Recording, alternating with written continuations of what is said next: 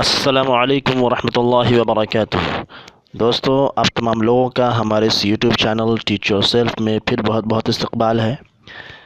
हम आज फिर हाज़िर हुए हैं आपकी खिदमत में कुछ नई अहादीस के उर्दू और इंग्लिश तर्जमे के साथ।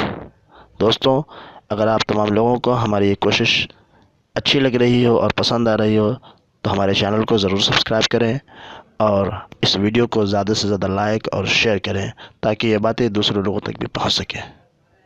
बिस्मिल्लाहिर्रहमानिर्रहीम। हदीस नंबर 40।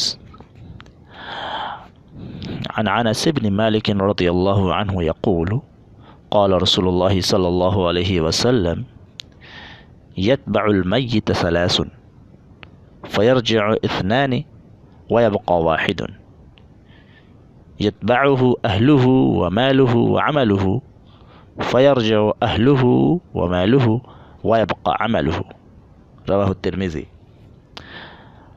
अन अनस बिन मालिक रज़ियल्लाहु अन्हु यक़ूल क़ाल रसूलुल्लाह सल्लल्लाहु अलैहि वसल्लम यत्बउल मय्यित सलासुन फयरजिउ इत्नानि व यबक़ा वाहिदुन यत्बउहु अहलुहु व मालुहु व अमलुहु फयरजिउ अहलुहु व मालुहु व यबक़ा अमलुहु। रवाहु तिर्मिज़ी। तर्जुमा।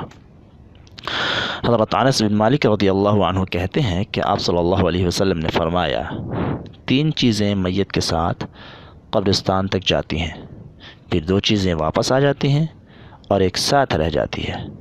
मैयत के साथ उसके अहल व आयाल, उसका माल व दौलत और उसका अमल जाता है, चुनांचा अहल व आयाल और माल व दौलत वापस आ जाते हैं और अमल साथ रह जाता है।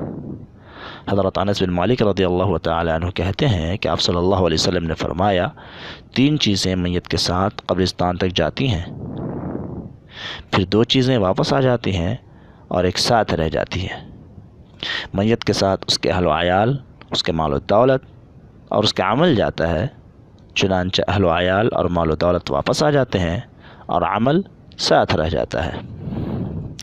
Anas bin Malik radiallahu anhu, may Allah be pleased with him, narrated that the Prophet sallallahu alaihi wasallam said, 3 things go to the graveyard with a dead person, but 2 of them return, and 1 thing remains with him, his relatives, his wealth, and his deed go with him to the graveyard at the funeral, but his relatives and wealth come back and his deeds remain with him.